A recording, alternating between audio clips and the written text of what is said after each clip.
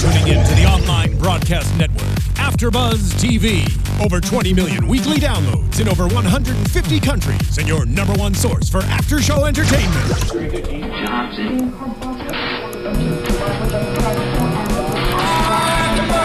AFTERBUZZ TV, the destination for TV superfans, producing after-shows for over 300 of your favorite TV shows, interviewing celebrities and showrunners, and bringing you behind-the-scenes exclusives. All thanks to E! Entertainment's Maria Menounos, producer Kevin Undergaro, and internet leader Akamai.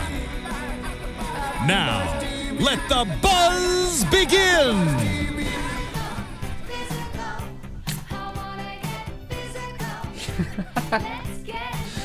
Yes. Hey AfterBuzzers, welcome to the Just Jillian season premiere after show. We are so excited to have the show happening. We're so excited that we're going to be covering 2 episodes in one night. We'll be here every other week. Let me start by introducing my lovely co-host. We will eventually have 3 of us, but tonight is just the 2. Hello guys, my name is Dakota T. Jones. You can follow me on Instagram, Twitter, YouTube, Snapchat at Mr. Dakota T. Jones. What about you? And I'm Erin Lane. You can follow me on Instagram at Always Eat Your Cake, and please do always eat your cake, and find me on Twitter at Love Erin Lane. All right, so Dakota, this episode started off with kind of a little overview of everything we're going to see this season. Mm-hmm. And one of the biggest things I was noticing is we're kind of seeing this different side of Jillian than probably anyone has ever seen before. Yes. She seems, at least if you watch The Biggest Loser, that she was super hardcore, kind of aggressive. She screamed at people to like run until her fat cried. So it looks like this is going to be kind of an insight into maybe a different side of her that people that love her might know a little bit about. People that hate her might end up loving her. Yeah, seriously. I mean, I've watched Biggest Loser so many times. Like I've always been there for all the seasons. I love her. She is scary though, intimidating, you know? But after seeing the first 2 episodes, I was like, wow, like she actually she like has all these feelings, and she's very much like a down to earth mom type of person, but when she doesn't get her way, she definitely makes sure that she is the one in control. So I guess the main thing is Jillian and Heidi. Heidi is her partner that they've been together for a long time. 7-year relationship. They are not married, but they do have 2 kids. Lou is adopted from Haiti, which is the girl. And then we also have the son Phoenix, who is 2 years old, and he he's half Latin. I guess Heidi used the artificial insemination. Yeah, they said that they have one of kind of the most diverse families you can find. Same-sex couple with 2 adopted children, but their kids are so freaking cute, man. They're adorable. It seems like kind of the overarching theme of this episode is this whole work-life balance for Jillian. She's obviously a huge mogul in the fitness and wellness empire. She has, 15 million DVD sales, 7 published books. 8th on the way. 8th on the way, yes, which we find out a little bit later is actually going to happen. And she has a really high profile, high stress job, but then she also has this family. And it seems at times that she may have some struggles balancing that. What are your thoughts? I think she definitely has trouble balancing. I mean, I think anyone with her like high profile self, they're gonna have problems if they're always traveling, you know. I know she said she tries to loop or like group her meetings together, so when she goes to different places like New York, she's able to, you know, group them in so she doesn't always have to continuously throughout the year leave. But yeah, even leaving her family for like 2 days, you can see really affects her. I mean, she was in tears with Heidi on the phone. It's just so sad to see, but I mean, like, she always comes back to her family at the end of the day. I think she's a great mom. Something interesting that's not the most traditional was definitely that she was comfortable cursing in front of her little children. I was very surprised to see that. I was like, what are you doing? I was like, these poor kids, you could hear the kids say, what is this word? And she's like, well, that word is this, this, and this. And I'm like, well, I mean, at least she's being honest with them, but it's pretty funny to watch her so open with them. Totally. I actually loved that. That was one of my favorite parts. Really? Right in the beginning of the show, they talk about their different parenting styles. Yes. So Heidi is very new agey. She's very soft and comforting. And Jillian, obviously it's not that. She even gets kind of annoyed when Heidi calls her sensitive, which she is. You can tell. I love that she sits there and she's like, oh yeah, that's what BS means. And the kid's like, I don't understand at all. And she's always talking about like farting on her kids and everything. I think it's hysterical. I've never seen that side of her. It was very, very fun. It's playful, and I really like seeing that, and it almost like it makes me connect with her more. Right. Seeing this playful, fun, really candid, really loose mom. Right. Something that we're definitely excited to see as the season goes along. Something else interesting was her friend Giancarlo, which is now her business partner, but they started off just friends. He is funny. I don't know how he handles himself. He's trying to like, clean up the mess every time Jillian says anything in these meetings. It's just so fun. He's trying to like clean it up. He said he feels like the construction crew that comes in at the end to try to clean up the mess. I feel bad for him. Like, how does he even cope with himself knowing day to day there's going to be a problem and it's going to be big and I have to clean it up? But I think he's like herding cats all the time. And Jillian, I think, makes it extra hard because she's very type A and needs to be in kind of control of everything, which seems like that actually might be part of why she does struggle with balancing work and home, is because she needs to be the person fixing everything or in charge. But she has Giancarlo, who is really good at that. Yeah. But I don't know, it seems like she has a little trouble letting go. Right. Like for instance, like whenever they brought in the new clothes that were going to be on the Kmart line, she totally freaked out when they brought out that skort. I guess they call them. People are wearing these skorts. And I have the quote here. She said, "I would rather stick needles in my eyeballs than run in a dress like that." Okay, I'm not sure about you guys, but I actually totally agree with that. Maybe not the needles in my eyeballs part. Yeah. But I cannot imagine running down the street in a freaking dress. So I'm with her on that one. And they also had the camel toe capris. Oh my gosh, those were great. I understand kind of, I guess, why she is so type A, because there's a lot of curveballs coming in constantly. Right. And if all these people who are putting these clothes through, their name is not the one like stitched on the clothes. It's Jillian's name. So she doesn't want anything that would misrepresent her brand whatsoever.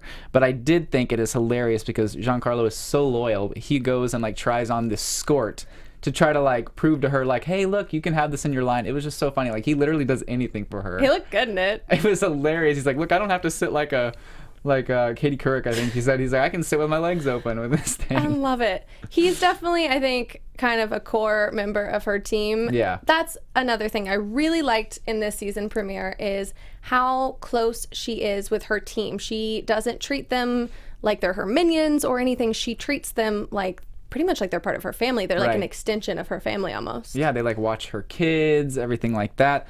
I think it's just crazy. I mean, they obviously have a big family. I mean, big as in 4, but like with all their extra assistants and hairstylists and everything. Can we just talk about the fact that they have like a few houses? They have this beach house that like is just beautiful, but like how do they manage all those households and like all the kids? It's just crazy. Well, she was saying, I think the beach house has been in transition for years. Yes. And they're spending tons of money and time. So that's just another thing that she has to put her energy into. Right. But it's funny. I loved when she was talking about money with the example of the milk of, you come in and, oh, I need milk. It's $3. Okay, I have to buy milk. Oh, this milk is organic and from a special cow. Fine, I'll spend $5. And then someone overhears that and swoops in and they're like, but this special milk is $20. And she's like, no, absolutely not. I love that she has that line where she draws in the sand. She's like, she's fortunate to have a lot of money, but like she draws the line in the sand. She's like, don't try to take advantage of me just because like $20 milk is ridiculous type of thing. You know what I'm saying? And she's super grounded about it all. Like when they're talking about the beach house and putting everything in, she has her certain things that she's like the Ganesh sculpture coming from India that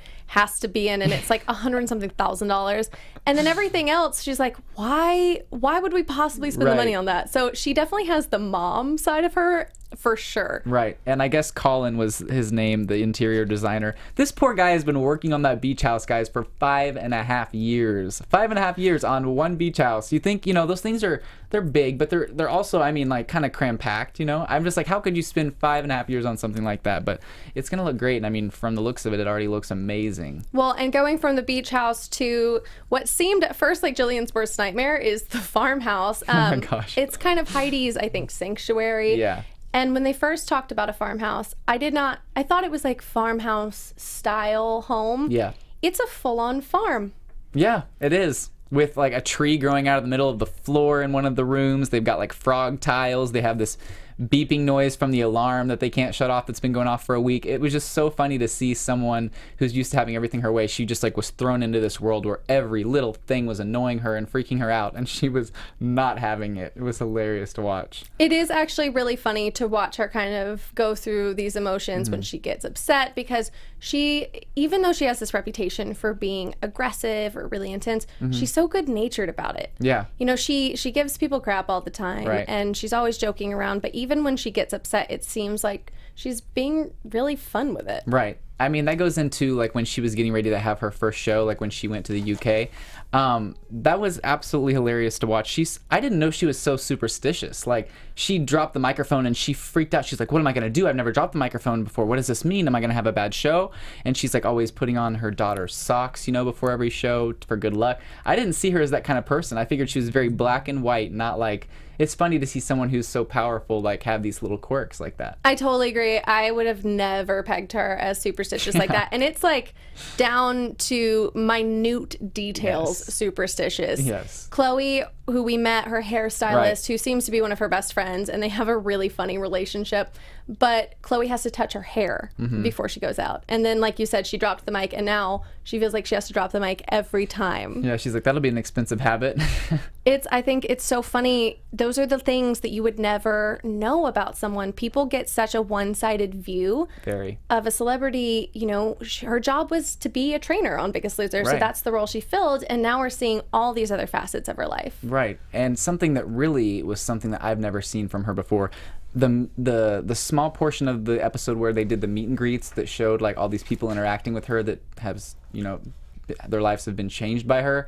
That was so touching to see. Like, she really took the time. You could tell, like, on meet and greets, like from the meet and greets that I've been involved with, you always have to like go quick, and you could see she was like, no, I'm taking my time with this person. And she heard what they had to say, took their letters, wanted to like wipe away their tears, messed with their hair, making sure they're all right. It was just so touching to see. Like, I've never seen that side of her before. Well, I don't know if you guys have followed Jillian before, but she had kind of a transformational experience when it came to health and fitness. You know, she was an overweight child. She was bullied.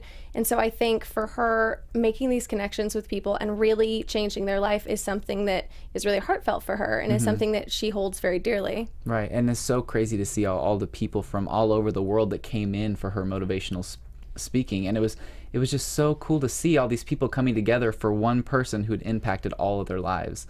That shows that she has done her job. She is an amazing woman who is very powerful, very motivational, and is like captivating this huge audience all across the world. Well, and health and fitness, you know, it seems silly to think that that could change your life, but having her DVDs or her books to someone that changes how they feel about themselves, how they interact in society, that really can be a huge thing. And it shows in the way that they interact with her. You know, people get starstruck, but this was something totally different. Yeah, it was. It was so touching to watch.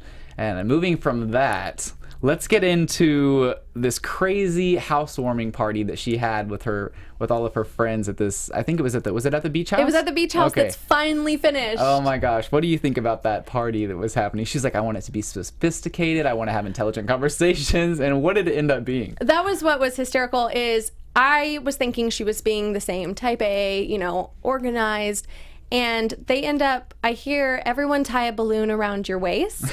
And then all of the friends are trying to pop the balloons. It's the game where, you know, you put your body on another person's body and try to pop your balloon. And it was so fun to see her get loose and silly like that. I think that taking that time away with her friends and, you know, her partner, and kind of forgetting about kids and work and everything, and just popping a balloon on your girlfriend, that, you know, it's a really cool side to see. It was really cool. And it was really interesting to see from where they were doing all of that, having a good time, and then all of a sudden you could tell it got really serious. And at first I was like, what's going to happen? And then I think it was her friend Andy, I believe, who asked Jillian if she would be interested in becoming ordained and marrying her. And she's made it very, very clear. She's like, we've been together for all these years. Why now do you want to get married? Like, so it's so funny to see someone who's, I mean, pretty much against marriage for herself, at least, to be like, oh my gosh, now I'm gonna have to get ordained and like marry my friend. Like, it was so funny to see her reaction. And I kind of felt bad for Heidi, because you saw Heidi's reaction once she said, yeah, of course, you know, I'll get ordained. Like, Heidi's face was kind of just like to herself and kind of sad. And I was like, poor Heidi. Well, that's the thing too, is right after that, another couple of that are their friends announced their engagement, and then the question gets turned on them immediately. Right. And you do see that disparity a little bit between how Jillian feels about marriage. She feels she's already committed. She's been committed for 7 years. They have a family. But to other people, and maybe to Heidi, marriage can be really important. And what do you think is going on? Do you think that there's some tension there between them? There's definitely a lot of tension between them. And I feel bad, but I do think that by the end of this series, I feel like they're going to at least take the next step in order to get engaged, at least. I mean, I feel like you could tell while talking, she had this very one-track mind about it. She was like, well, so-and-so and so-and-so, they never got married, and they've been together ever since, but so-and-so and so-and-so got married, and they've got a divorce. And she's like, I'm not against marriage, I'm just against divorce. But it's like, I don't know. Well, that's something that kind of came up in her podcast, I think touches on her maybe fear of commitment, but it's more of a fear of, I think, abandonment, because that was a very touching moment. She ends up tearing up. That's the sensitive side that Heidi was talking about that's coming out. And they start touching on her relationship with her father, which she mentioned, you know, with her very, very younger sister. She ended up kind of being a mother to her sister because her father just walked out of the picture. So do you think that that father-daughter relationship has anything to do with her not wanting to get married? I think so. I think after seeing someone walk out like that, it's very, very scary, and always in the back of your mind, you're thinking, okay, if I like fully commit to this person, there is a chance that they will not feel the same way in the future and leave. And I feel like that definitely is something that she's going to have to work on. She's going to have to see that not all people are like her father. You know, I think that after seeing a broken relationship like that, you can't help but wonder yourself if the same thing would happen to you. So I really hope that she finds peace with that, because you could tell it was really tearing her apart in the podcast that she was filming. I agree. I think that will maybe be kind of a recurring theme in the show. And it's something I think a lot of people don't know about her. She seems like a very strong woman, very driven, which she is. Right. But that doesn't mean that she doesn't have things that are difficult for her. And this, you know, in relation to her family, which is so important to her, I think might be that one thing that is keeping her from feeling peaceful in that family situation. Right. So now do you want to move on to the second episode that we got to see? This one is called Comedy of Errors, and this one was very, very comical for me to watch. I actually watched it twice just because I thought it was hilarious. So basically Jill wants to go to New York she's got a few meetings, she groups them together, and she wants to bring her little daughter Lou. And, you know, it starts off very normal. Hey, Nicole, can you please book my daughter's ticket for New York? I want to stay on the 34th floor at the Soho Hotel so I can have a beautiful view. And you're thinking, okay, this is just regular dialogue. I'm not going to come back to it. But I mean, it seems like a totally normal thing to ask your assistant, right? Book my ticket for my daughter and get me a high hotel room. And poor sweet Nicole. I love her for reasons I can't figure out. But it was kind of a telltale sign when they get in Nicole's freaking car, and it is like a dumpster in the cart. Jill is finding things in that car that who knows where they came from. An acid wash CD case, trash, everything. So like I think a book for like French for cats or something, like how to teach your cat how to speak French. And I'm like, wait a minute, what is this? And she's like, I'm trying to motivate people. I'm trying to build this empire of like healthy living. And then young teenagers over here, this is on their reading list. It was just so funny to watch her like grill her over that. It was hysterical, and you're kind of getting the feeling that Nicole maybe isn't great at her job, which might be an understatement. And she also, though, for some reason is, you know, she's important to Jillian. And in a scene a little bit later, she walks outside and this brand new, beautiful car pulls up. It was so beautiful. And it ends up that Jillian bought Nicole a brand new car, and for the same payments that she would be paying on her old car. And I read on the message boards that people couldn't figure out her motivation for it, but I think it's clear. I do too. I think she just wants to invest in her employees and help Nicole get better. Yeah. I think for sure. And also, this is another reason. I think she just didn't want to have to, like, sit in that other car anymore with Nicole driving her around. Like, she was like, if I'm going to have to be sitting in your car, we're getting you a new car, and that way I can be comfortable. So I think it was like a win-win for both of them. But you could tell Nicole was very excited to get a new car. Honestly, that's probably the real reason. I'm, like, trying to find the deeper meaning here, and I'm like, you don't want to ride in a car full of trash. Very, very true. So before they head out to New York, we go back to the clothing line that they're getting samples in for Impact Clothing, which is Jillian's line. Right. And following suit of the camel toe capri and the running skirt, everything is a disaster.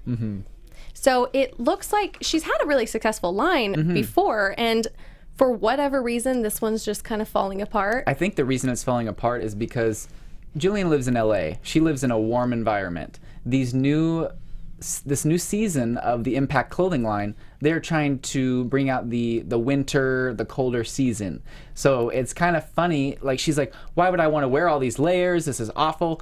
And it's like, you can't always wear sports bras, like yoga pants. You can't always wear that. Like, people around the world, they're working out in different environments. Some of them are going to be, running in the snow. Some of them are going to be running, in a cold environment. So it was just really funny to see. She was like, no, I just want it to be this way. And it was like, no, you have to, like, go to your audience and see what everyone might need. I love her talking about, I got a box full of polyester bell-bottom pants. Like, you put those on and tell me what you think. But, there's a whole team there. Yeah. And once again, she has a little trouble letting go. Right. But I can understand that. Your name's on it. You want it to be perfect. But she has a little bit more tolerance for imperfection when it comes to Miss Nicole. So they show up at the airport. Yes, you think it's going to be a lovely trip. They're going to get on the plane and fly away to New York, but it doesn't quite work out like that. I guess somewhere in the crazy busyness of Nicole's schedule, she forgets to book Lou's ticket on the flights.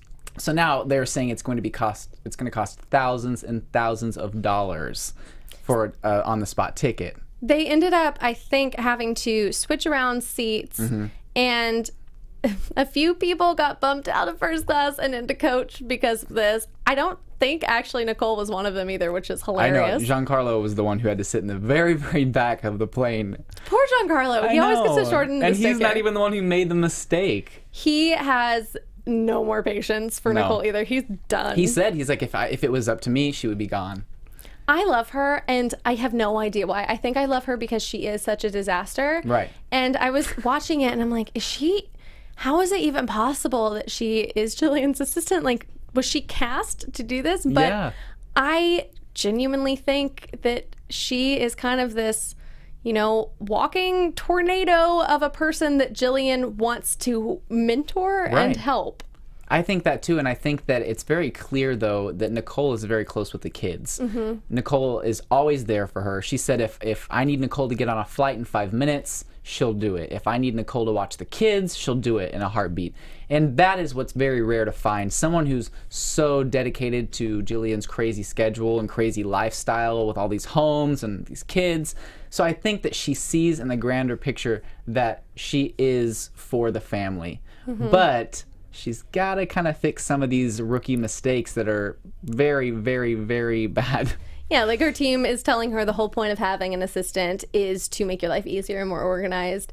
But I think you're right that the fact that she is so good with the kids and that she's someone that Jillian can trust with her children, that's really important. A lot of executive assistants, you'd get in there with their suit and their Bluetooth on, and there's no way that they would do what Nicole did and go in the bathroom with that toddler and wipe her booty. Exactly. Jillian was up in this beautiful room, taking this photo shoot for like the women's magazine. I can't remember which magazine. Do you remember? I know she goes to because it's the most powerful women. Powerful women's. Yeah, it's like their one issue for the year. Yeah. And they were just like taking the pictures, and all of a sudden Lou's like, I have to go to the bathroom, and then Nicole has to go in there and help her clean herself off, and Jillian was just having the time of her life watching Nicole suffer because she thought she deserved it. Which she totally did deserve it. I feel like but that kind of shows that full circle of why they're so close and why she'd keep her around even though she has been told by the rest of her team to give her the boot, but she doesn't. So the whole time though, like while this whole New York trip is happening, they get to their hotel, and Nicole forgot to book the hotel room on the right floor. I mean, I think it is like a higher up floor, but it's more like you literally open the window, and she said she saw this person in the other room across from them, like waving at her in like a pink bathrobe. And I'm over here like, Nicole. All you had to do was book something above the 34th floor and buy the plane ticket. Right, and that hotel is huge. It would have been so easy to just get a room. I feel bad if Nicole's watching. We do love you, Nicole. Like, we do. We're Team Nicole, but like I think it was today, Jillian actually posted on Twitter that she's like, all of you people on Twitter are like offering to be my new assistant, but do you know, have you been watching the show? You see, like, Nicole is really a good person trying to like do the best she can, and she got thrown into this. So I mean, I think she is probably relatively new as well. Oh yeah, Jillian even said she's in over her head, and I feel like most of us have been there with some job or another. Like almost everyone watching has either been a waiter, an assistant. You have to start somewhere, and you need someone to help you. And being an assistant to a celebrity is really stressful. It's gotta be super hard. And even though we think, you know, Nicole, you had 2 jobs, she probably had 100 jobs to handle. Right. These ones went over her head. They were kind of important. Jillian wasn't happy, but you know, it's a learning process. So we're definitely Team Nicole. Definitely. We love you, Nicole. Yes, we love you, Nicole.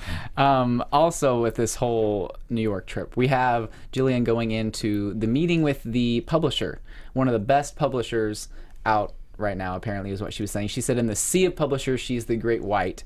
She goes into this meeting, and I feel so bad because she's got her son Phoenix at home, who said that like his tonsils were like about to explode or something like that. Yeah, he ended up in the hospital. Yeah. And I guess he's sick all the time. They call him patient 0 because he gets everything under the sun and then gives it to everybody else.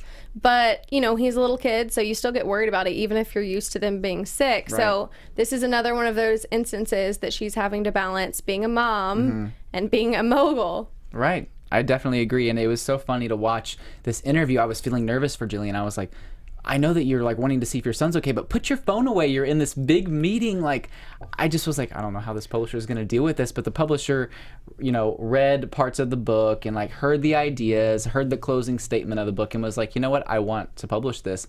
And what really surprised me was, I guess that the publisher beforehand was not interested in this book and did not want to publish it. After seeing all of the statistics on how great her books sell, can you imagine like someone saying, you know what, Jillian, I know you're Jillian Michaels and you got this big brand and everything, but I'm not interested in making all this money off of you and your new book. What was this publisher thinking? Well, I think it's kind of a weird space maybe for a publisher, because what's kind of ironic is, yes, she's in this meeting checking her phone about her 3-year-old all the time. But this book is about motherhood. It's about having a healthy pregnancy, healthy baby, and she has a lot of opinions in there. She was kind of talking about it, you know, giving us a little overview what the chapters are, and it's very yes or no, like this is my opinion. And sometimes I think that might freak people out. Right. But this publisher, I think, totally agrees with you and I that, you know, everything Jillian puts out helps someone in some way, and her fan base is so loyal that it's going to sell and it's going to help somebody. And I think so many celebrities come out with these cookie cutter books, you know, like the sugar coated, you know, chocolate on top type of thing. And I think that this publisher is probably taking a chance on this book because she knows this is going to be something that people are going to want to read, because it's going to be black and white in Jillian's mind, and it's going to be interesting, it's going to be relevant, it's going to be new and exciting, and it's going to be her opinion. And that's what I love about when celebrities make books.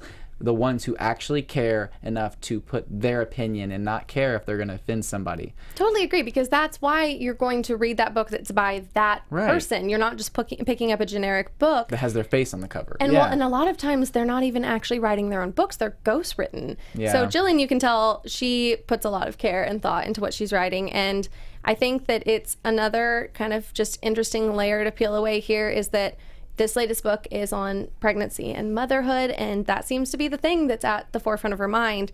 Even though she's building this kind of wellness empire, I think to her the most important thing right now are her children and her partner, and that's coming out into her work a little bit. Right. And what did you think about whenever they went to the 17 magazine interview, and Giancarlo was saying, we need to have you appeal to Generation Z, and Jillian's like, I am 40 years old. How am I going to appeal to these 17 to like 23-year-olds or whatever the age range was for this magazine. That was so funny to see her like go into these young people and say, do you have kids? Okay, don't, because you're never gonna get to sleep in again. You're never gonna get to like wake up hungover again. It was so funny to see her just like lay it out for these girls, and these girls were looking terrified, like, I never want children. Well, honestly, that's probably the best advice, because that sounds terrifying to me too.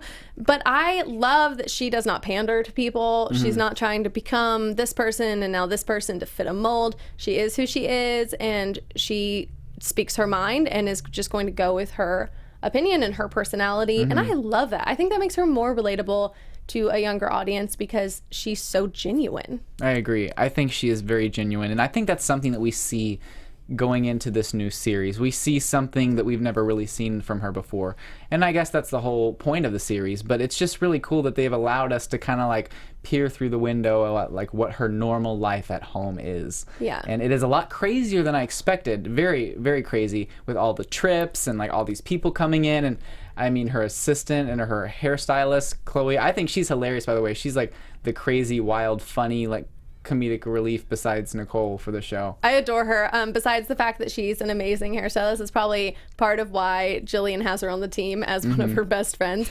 She is freaking hysterical, and she gives it right back to Jillian, and I love that. Like, no fear, totally sarcastic. It's hysterical. I love that relationship between them. They've obviously known each other for a long time. I know she said, you bailed me out of jail and all this funny stuff, and I'm like, I want to know like what she did to get in jail that Jillian had to bail her out. I have a feeling Chloe's gonna have fun little nuggets of secrets and info for us throughout the series. I really hope so. She's funny.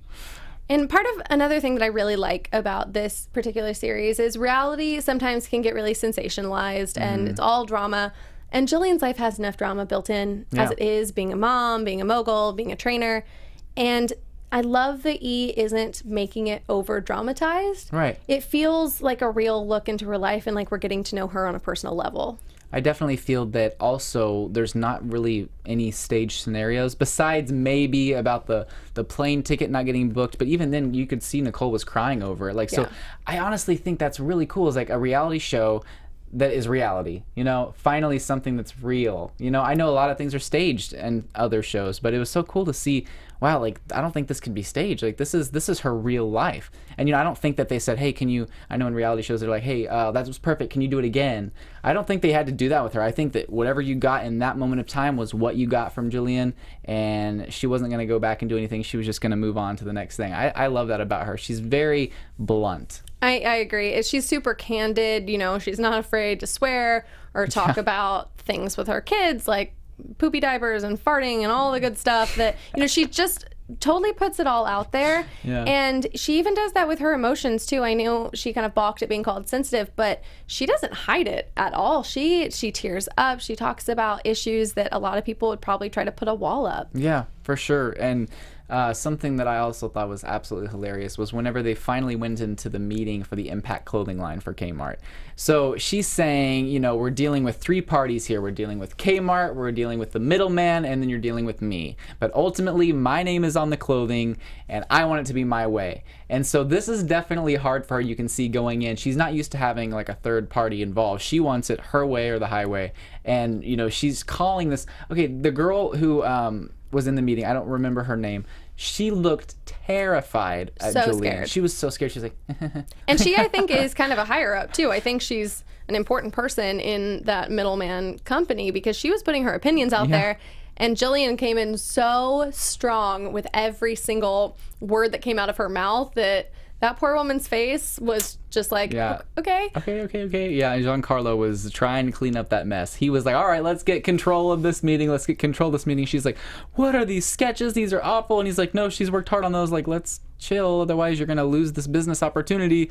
Oh, that poor guy. He is such an integral part of this team because he is kind of the glue that holds everything together. He, no matter what goes wrong, he'll voice the fact that it drives him crazy, but he's so grounded and centered and just gets done what needs to get done, and I am so happy that she has him on the team. I think so too. I think after all of the craziness that goes on, having someone at the end of the day who's going to be like, look, let's calm down, let's get to business, let's put other people's feelings to the side and just get down to what we need to talk about. And I love that about him. He's the center that brings everyone back together at the end, which I really thought was funny. And I think obviously you would think that the people that would ground her would be her children, her partner, but I know that Heidi looked like she was having a really difficult time with everything that's on her plate right now, because we see Jillian out and about and, you know, her schedule is very hectic, but then we kind of forget that Heidi is at home balancing 3 houses, 2 children, and,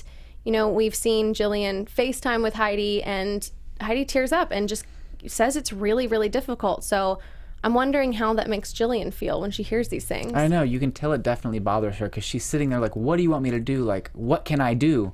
And Heidi thinks about it, and she's like, you can't really do anything about it. And it's just so sad to see like a family back home that's like really calling for her attention, like, come back. And I'm sure that's very tough on Jillian, because she's being tugged by the business world and tugged by her family. And so it was very nice to see her go back home, though, after this huge, disastrous trip.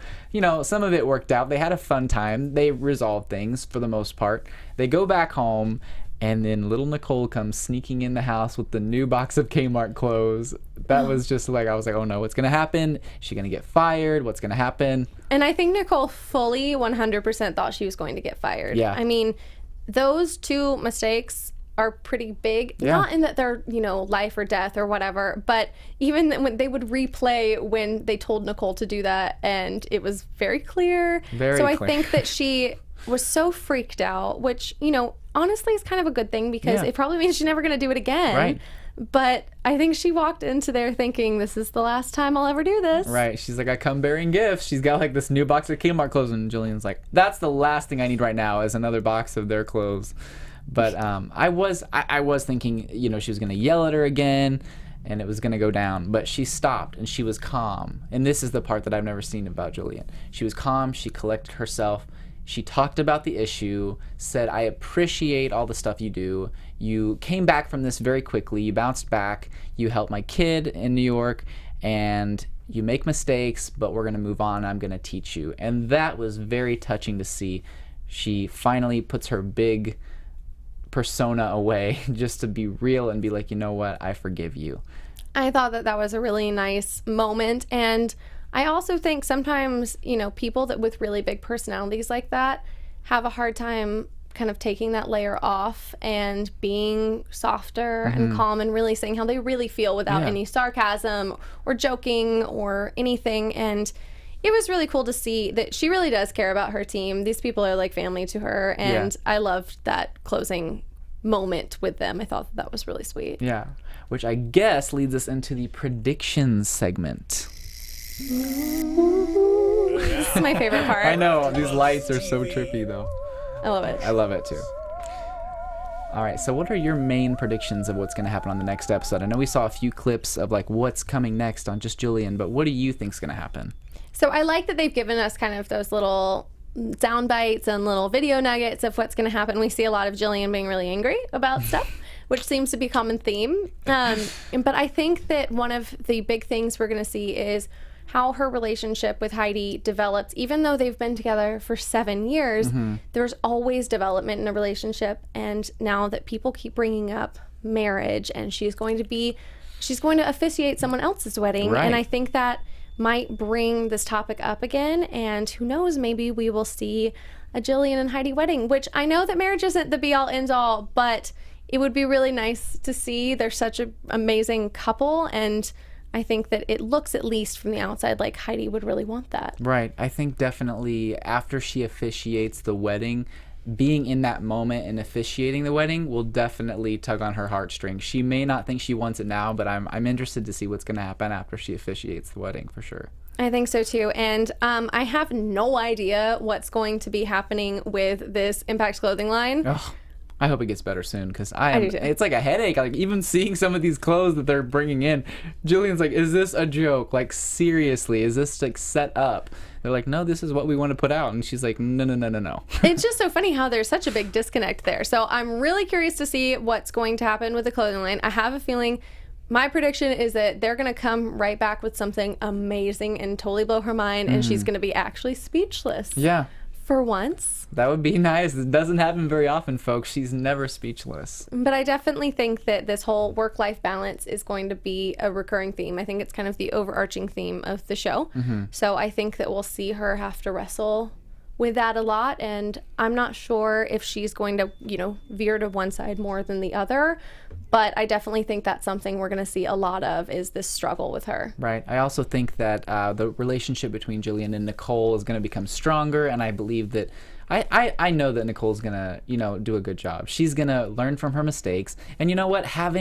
What's really sad for her is she's having these mistakes that any of us could make publicized, like, in front of everyone. Like, she's like an assistant, so she's like a normal person. She's not in it for the fame, and people around the world are talking about her mistakes right now. I'm sure that she didn't sign up for that. I'm sure she's probably like, oh my gosh, like, people hate me. But like, it's just so sad. Like, I know that she'll do a great job. She'll get it together, and she's going to wow us in these next episodes. I think so too. I'm very much team Nicole, and I would be mortified to have myself broadcast to millions of viewers back in the day when I was an intern or an assistant, because usually you make the mistakes and you can try to cover them up on the sly, or at least it's just between you and your boss and you go home and cry about it. But having that on national television is terrifying. Terrifying. So, I know that we got on to Nicole a little bit today, but I agree with you. I think that she's totally going to step into that role, and she's going to be a badass assistant. For sure. I think we're all rooting for that.